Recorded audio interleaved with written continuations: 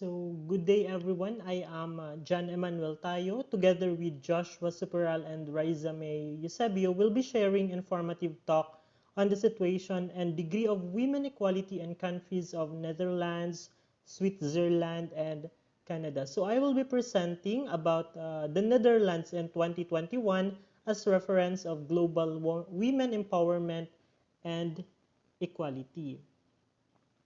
So, according to the United States news article entitled "Around the World, the Greatest Gender Disparities Are in Politics," one of its highlights are Netherlands at the peak of who's best when it comes to gender equality and politics. Although until now the Netherlands are still facing disparities in politics. It only means that countries could refer to Netherlands of what best practices and regulations do they have that countries of the world could root or could adapt their measures and together achieve United Nations Sustainable Development Goal on gender equality, especially of women. So as stated as well in the article, that in 2021, the Netherlands was perceived as the most gender equal, followed by by Sweden, Denmark, Canada, and Norway. So the top scorers, based on perception, have high rates of women represented in politics relative to the rest of the world, and some, particularly in the Nordic region, have been leaders in gender equality for decades. So Equilib's special report released in October 2020 have noted that no companies achieves gender balance at all four levels. It includes the supervisory board, the executive, the senior management, and the workforce. Most of those dominates in all companies in Netherlands, as shown in data, are men. Women representation are visible no more than 40% at all levels, and that is very low. So, as a response to this data, move to address this issue were through legislative interference, thus amendment of Book 2 of the Dutch Civil Code in connection with making the ratio between the number of men and women in the management and supervisory boards of uh, large public and private companies more balanced has been proposed in the House of Representatives and Senate. And finally, just this October 2021, the bill was passed into a law. The law aims to make the ratio between the number of men and women at the top of large companies more balanced. Large public and private limited companies are all obliged to formulate appropriate and ambitious targets for the ratio between men and women in the management board, the supervisory board, and the lower top management. They must report on this to the Social and Economic Council of the Netherlands. So the law also stipulates that the composition of the supervisory board and non-executive directors of large public and private limited companies must be balanced in the sense that at least one-third is made up of men and one-third is of women. So the law was the amendment of the former ordinance that took effect from 2013 to 2020, which according to experts did not meet the desired outcome or the success.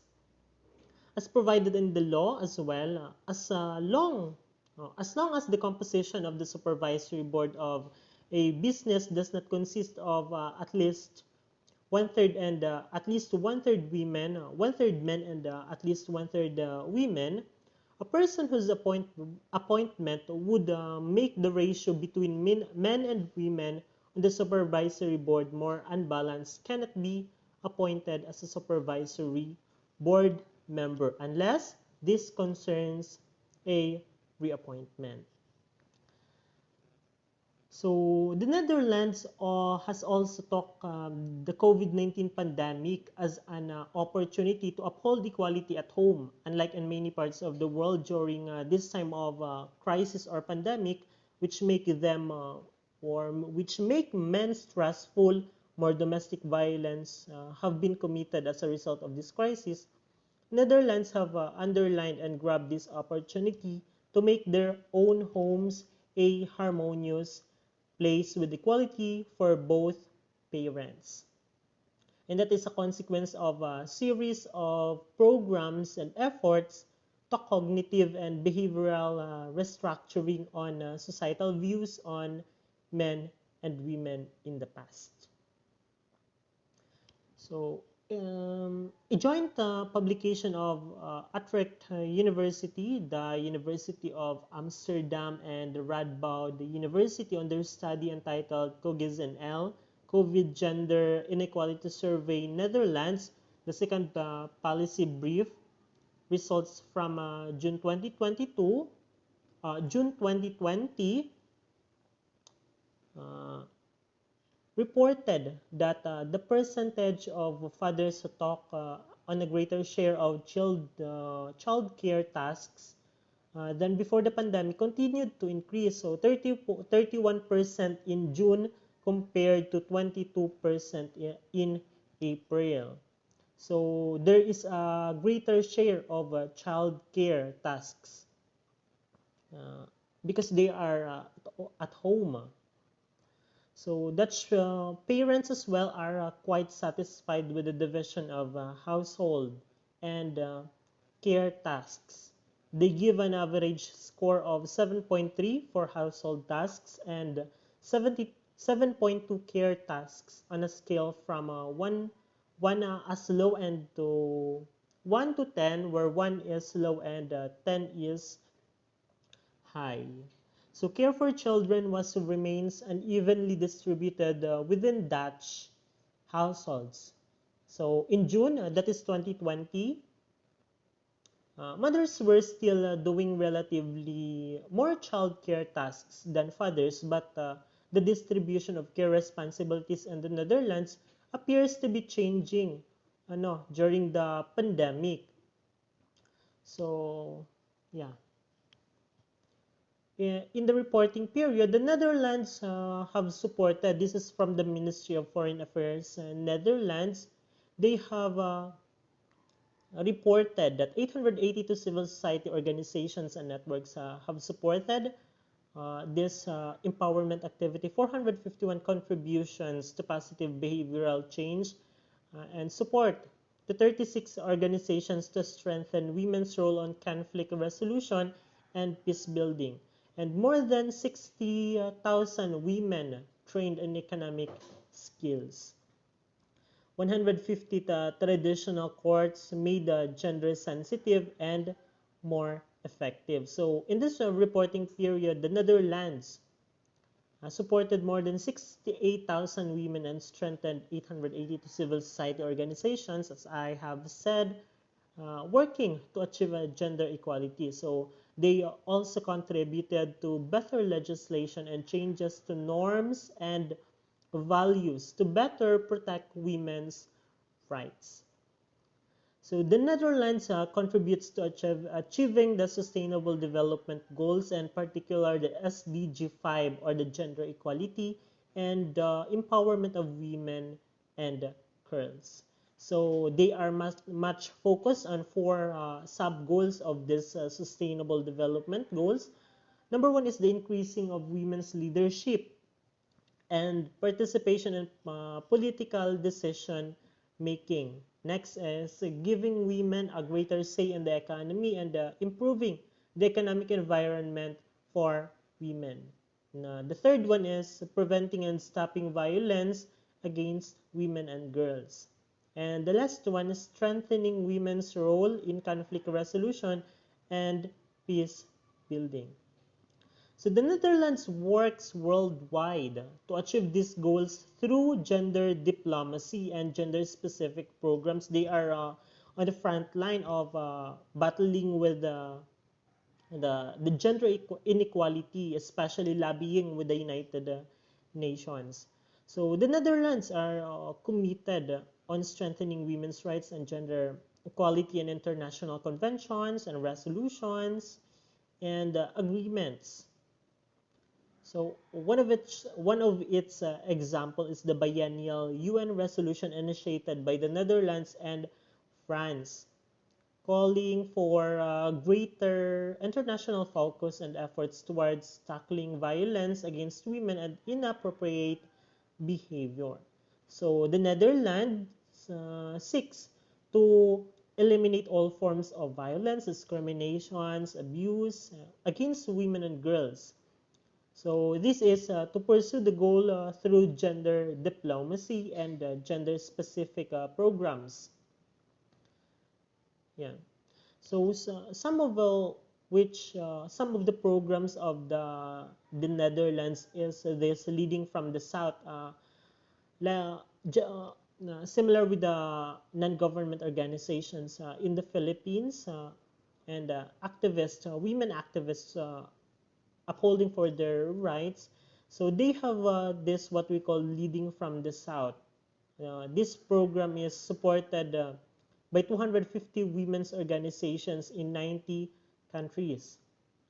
So the program is unique because it is led and delivered by feminist women's fans and organizations from countries in the South.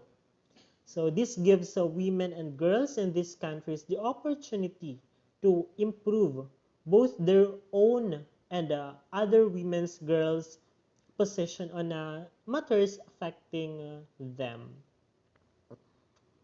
So the organizations works towards the political, social, and economic empowerment of women and girls. So an example is the work of the Zimbabwe Women Lawyers Association. So with the support of this what we call leading from the South, this organization has successfully appealed to the public prosecutor for better legislation and administrative roles for the handling of cases relating to domestic violence and sexual offenses. So annually, uh, the Netherlands are supporting Orange the World. This is the campaign of Netherlands all over the world, especially to the United Nations women. They are lobbying for the adoption of the biennial UN resolution on eliminating violence against women, and it seeks, together with other successful gender-related programs, to eliminate for all forms of violence against women and girls in pursuit through gender diplomacy and gender-specific programs. So the Netherlands also supported 79 civil society uh, 79 civil society organizations committed to stopping violence, together with this 882 civil society organization and network supported providing shelters and the care they need and work for the victims and the care sector and the police to combat violence. So they have trained for over 5,500 women and girls to stand up for the rights and resist violence. So that's all. Um, that's my references to the discussion, and thank you. Black A. I'm here to discuss how women treated in Switzerland. Women in Switzerland. What to discuss? Traditional views, suffrage, marriage and family life, employment, violence against women, fertility and reproductive rights, politics, and women's rights. Women in Switzerland are women who live in and are from Switzerland. The legal and social role of Swiss women has evolved significantly from the mid-20th century onwards. First to discuss is traditional views. Tradition dictates that the place of Swiss women is in the home in charge of housework and child care. Being in a society with strong patriarchal, Swiss tradition also places women under the authority of their fathers and their husbands, such as adherence to tradition change improved when the women of Switzerland gained the right to vote at the federal level on February 7, 1971.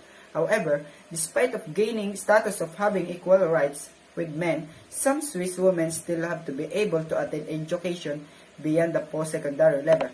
Thus, they earn less money than men, and they occupy lower-level job position. Kagaya na sa Pilipinas, Swiss women ang nakatoka sa gawaing bahay at sa pag-alaga ng mga bata, so mas nakikinig sila sa kanilang ama at sa kanilang asawa. Noong February 7, 1971, sa kanila na nagain yung rights nila para bumoto sa federal level. According to Swiss Info, in 2011, Switzerland State's Secretariat for Economic Affairs were encouraging business companies to appoint more women to top-level positions. Those who are already working in the business companies, according to the same report, mentioned that women earn on average 20% less than men in the Switzerland, and the ratio was 6 out of 10 women were working part-time. Sabi daw ng SECO, mas ini-encourage nila sa business companies na i-appoint ang mas maraming kababaihan to top-level position kasi sabi sa report, women earn on average 20% than men. Ibig sabihin, konti lang ang mga babae nakakapagtrabaho. Prominent Swiss women in the field of business and law. Emily Kempin Spyri, noong 1853 to 1901. The first woman to graduate with a law degree and to be accepted as an academic lecturer in the country. And the one is Isabel Welton, the head of IBM Switzerland and one of a few women in the country to hold a top-level position in a business firm. So next to traditional views is suffrage. Suffrage women obtained the right to vote in national election in 1971. Women obtained the right to vote at local canton level between 1959. The canton of Vaud and Neuchâtel in that year, and 1991, the canton of Appenzell and Hoden. So suffrage means binigyan ng karapatang bumoto ang mga kababaihan sa national election noong 1971. Sa local canton level naman noong 1959 to 1991. So next is marriage and family life. Family life has been traditionally conservative following the model of male breadwinner and the female housewife. In Europe, Switzerland was one of the last countries to establish gender equality in marriage. Married women's rights were severely restricted until 1988, when legal form providing gender equality in marriage. Abolishing the legal authority of the husband came into the force. These reforms had been approved in 1985 by voters in a referendum who narrowly voted in favor with 54% of voters approving. Marriage and family life. So, ang Switzerland daw ang isa sa pinakahuling country na nagtatag ng gender equality in marriage. Ang karapatan ng mga babaeng nakapag-asawa na ay limitado o restricted hanggang 1988 noong pinagbigyan ng legal reform ang gender equality in marriage. Binuwag nila ang legal authority sa asawang lalaki. In 1992, the law was changed to end discrimination against married women with regard to national citizenship. In 2013, further reforms to the Civil Code followed, removing the remaining discriminatory provision regarding the spouse's choice of family name and cantonal citizenship law. Until the late 20th century, most cantons had regulation banning unmarried cohabitation of couples. The last canton to end such prohibition was Valais in 1985. As of 2015, 22.5% of births were to unmarried women. Next is employment. Women face significant struggle with regards to work for pay. Although most women employed, many are so on a part-time basis or in marginal employment. The view that women, especially married women, should not work full-time remains prevalent among the OECD. Only the Netherlands has more women working part-time, although the law no longer requires the husband consist for a wife work. In the job interview, women are often asked for it. Taxation penalizing dual income families exist in some cantons. The OECD has stated that the lack of family-friendly policy and workplace support makes it very difficult for many Swiss parents, usually mothers, to combine work and family life. So sa employment, pagdating sa employment, ang kababaihan ay nakakaranas ng hirap pagdating sa trabaho. Although ang karamihan sa mga kababaihan ay nagtatrabaho, may mga kababaihan pa rin na nasa part-time basis or sa marginal employment. Ang pagtingin sa mga kababaihan, especially sa may mga asawa na, ay dapat hindi na nagtatrabaho full-time ay nanatiling ginagawa at ina-accept ng karamihan. Ayon sa OECD, only Netherlands ang pinakamaraming babae nagtatrabaho part-time bagaman hindi na kailangan ang pahintulot ng asawang lalaki para sa trabaho ng asawang babae. Pagdating sa job interview, ang mga kababaihan ay madalas pa rin tinatanong kung pahintulutan sila ng kanilang mga asawa. So, next is violence against women. As in other Western countries, the 90s and the 21st centuries saw reforms with regard to law on domestic violence. Marital rape was made illegal in 1992. Hi everyone, I'm Maria Rizumi Oyesabio from Bachelor of Arts in Political Science. Women in Canada. The gender pay gap is a widely recognized indicator of women economic inequality, and it exists across industries and professional levels. Based on 2016 data, Canada is ranked as having the 8th highest gender pay gap out of a list of 43 countries examined by the OECD. The women issues faced in Canada. The Gender Equality Network Canada will take collective action on the most urgent issues facing women and girls in Canada, including violence, poverty, economic security, issues for Indigenous women. What are the rights that protect women? These include the right to live free from violence and discrimination, to enjoy the highest attainable standard of physical and mental health, to be educated, to own property, to vote, and to earn an equal wage.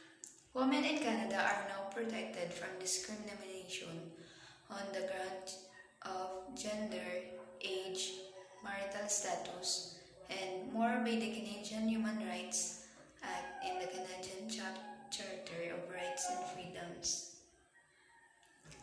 Gender-based violence.